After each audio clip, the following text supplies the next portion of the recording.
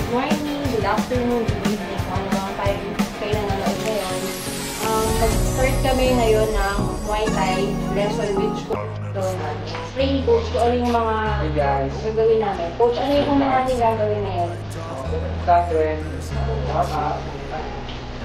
no, I don't take shit. I got no love for the fakeness. If you wanna play tough and wanna hate this, I'll always show up and make a statement. I don't ever slow up. No, I don't take shit. I got no love for the fakeness. If you wanna play tough and wanna hate this, I'll always show up and make a statement. Everything I do so instinctive and so passionate. Every word I move so descriptive like an adjective. I got a vendetta against people who patented being negative when you should be getting after it. I got facts over tracks, this and that. Spitting slow, spitting fast. I could roast, I could gas. Think I'm okay at last, but I don't know if that can erase all the past. And the pettiness, a reflection of the emptiness. Hilarious, you think you're worth my time, you're delirious. Mysterious, because you hide behind a fake exterior. Inferior, you know I'll always be a bit superior. Get off of me, this ain't no humble brag. I want you to hear words, you can say them back. I want you to feel free from the chains that last, and to believe in what you got, it was built to last, yeah. Now that I've been through hell, I never got anyone's help. I had to do it all myself.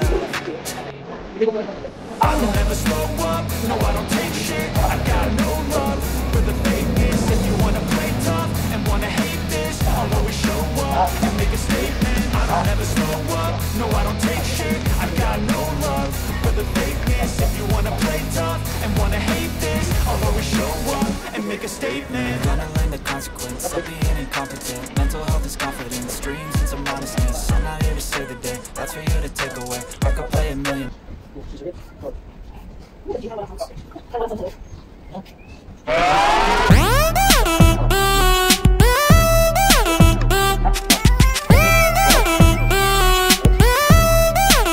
Check it out!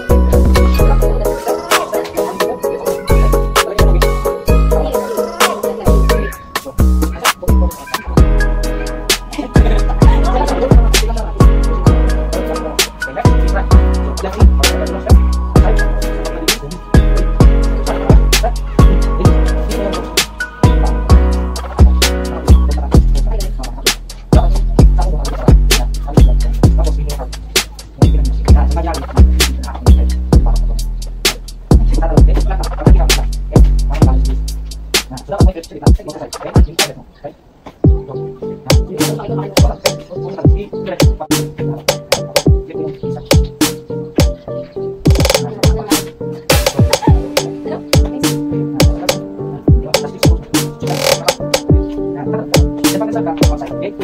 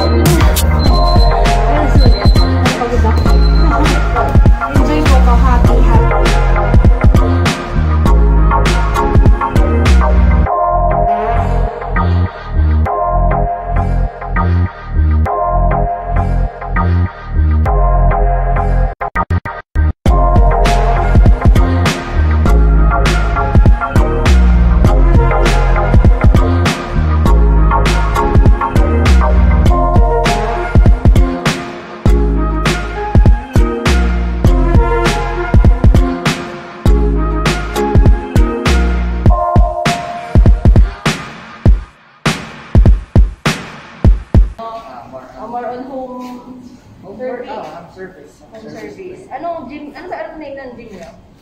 Marami. Marami. Sige. Iba-iba.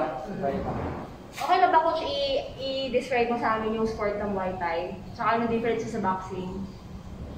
Hindi. Difference na lang sa ibang martial arts. Sige. Para in general. So, Muay Thai kasi originated siya sa Thailand.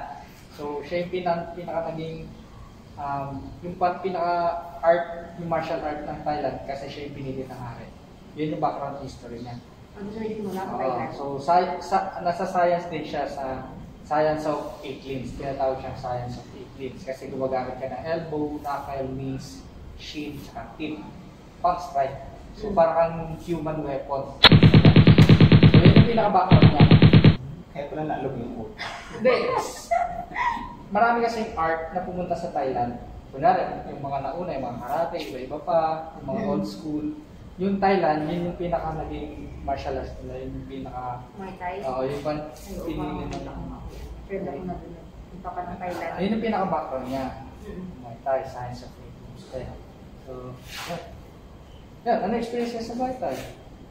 Sayo ba? Full body. Full body. Advantage niya sa ibang art. Full body siya, no? Gumagamit siya ng legs, knees, sa mga boxing. Back hard. Sana hindi sumakit yung katawan. Yun, mas nakakapagod siya, di ba? Tsaka mas detail. Pag nag-training ka ng Muay Thai, yun, tatandaan nyo yung fundamentals, yung technique, tsaka yung conditioning. Dapat yung intindihan sa Muay Thai. Yung balancing. Yung tatlong yun. Yan. Ako naman sa Muay Thai, lumakas talaga ako eh. Wow! Sa sipa, maganda siya sa legs. Parang kadilin Kaya ito na yung effect. Visit ka? Basta masaya po mag-Muay Thai. Try nyo. Samahan niyo ako dito. Hindi man ako. Ano siya? Full body workout. Second time ko tinry actually. Yung first time super tagal na. Bago mag-pandemic. With a friend. With a friend, a girlfriend. Girl na friend. Yun. Tapos ngayon na lang siya ulit na-try. So, medyo nawala na sa aking memorya. So, ngayon na lang ulit nag-flashback. Masaya siya. Okay, parang boxing and then sa paa. So, full body workout siya. So, try nyo guys. Gagawa namin to ng vlog. And then, yung step by step. Tapos yung coach, yung mga pa-stretching muna. Kasi parang medyo coach yung una, reels. Tapos yung stretching. Kasi bakit na kailangan yung coach bago yung actual? Para preparation yun sa lahat ng slide. Oo, para magpa-familiarize yung katawan, no? Kasi mabibigla ka lang, bigla ka na ng gulo, no? Hindi mo alam yung... Sa lahat ng sports, kailangan ng preparation. Mga stretching, dynamic, tsaka so, yun. Yun. Basta, kailangan ng training, ng mga basic, yan. Masaya siya, pang papawis, lalo na ngayong pandemic, nagsisitabaan po tayo, isa na po akong guilty dyan, takaw ko po ngayon. So, kailangan po natin maging active lifestyle. Okay. Sige. I-tatag po natin si coach para pag gusto nyo siyang i-contact for the future, gusto nyo magpapawis, mag-try mga Muay Thai and boxing. Ready si coach. Home service. Kahit saan ba to, coach? Hanggang Luzon, Visayas, Mindanao? Hi guys! Thank you. Natapos din kami sa almost 2 hours ba? Kasi 4 kami nag-start. Magsi-6 na ba? O parang magsi-6 PM na. So, sobrang saya ng session today with Coach Donald. Hi. And RJ Limyu. Siya ang with Dikay, the friendly dog. Dito sa condo niya namin ginanap ang aming Muay Thai session with Coach. Kasi wala, close pa yung gym, Coach ngayon. No? Close pa yung mga gym dahil sa pandemic restriction. So, itong sa balcony na lang ni RJ. Care of DMCI Properties. Kaya medyo malaki. Yan. So, yun. Yun, masaya naman. So, yung experience namin today, si RJ muna ang ating interviewin. RJ, anong masasabi mo sa experience mo today? Napakadali. Job straight. Job straight. Ano nga? Ano masasabi mo compare sa mga previous session? Napakadali lang po. Ano nga? Ano naman eh? Okay na. Ano nga? Si Coach, baka may mga sasabihin si Coach. Okay. Hindi na, Coach. Ano pa masasabi mo, Coach? Inganyuhin mo silang mag-Muay Thai ngayong pandemic. Mag-boxing, ganyan. Dapat mag-Muay Thai tsaka boxing yun para alagaan din. Anong benefits, Coach, para sila ay mainganyo? Kunyari, pipilitin mo sila. Kunyari, sales talk ito. Paano mo isi-sales ang sports na boxing tsaka Muay Thai ngayong pandemic? Interview ba to? Oo. Hindi, mag-training kayo para yung stamina nyo tsaka yung cardio nyo, di ba? Pampalakas ng immune system. Yeah, Kailangan natin to guys kasi marami nagkakasakit ngayong panahon ng pandemic. Ako, medyo guilty ako dyan kasi medyo nabawasan na ang aking active lifestyle. So ngayon, balik loob po tayo guys. So sana kayo din. Kahapon natakaw ko, so ngayon nagbabawi din ako. Dami kong kinain or extra rice. So kailangan ko nating mag-active lifestyle. Okay? Okay guys, sana nag-enjoy kayo. Dito sa gagawin naming vlog, tuturo namin step by step. So, okay. Thanks for watching. Please like, share, and subscribe. Till next time, bye-bye! Come here! Natakot na siya. Pero part siya ng boxing namin, guys. Makikita niya mamaya sa mga video. Ano siya, paikot-ikot. Dikay, nasan ka na? Takot na siya, guys. Ayun siya, pakita mo siya. Nakita ba siya? Ay, takot siya guys. Medyo ano siya eh, camera shy. Camera shy siya eh. Sige, next time na lang. Next time na lang na vlog. Kasama siya parate. Sinusupport siya sa amin. Gusto niya din mag-diet and naka-exercise. Dikay! Dikay! Dikay! Dikay! Dikay! Yan na! Yan na siya! Yan na siya! Tago talaga siya. Kaya mo na nga. Bye-bye guys!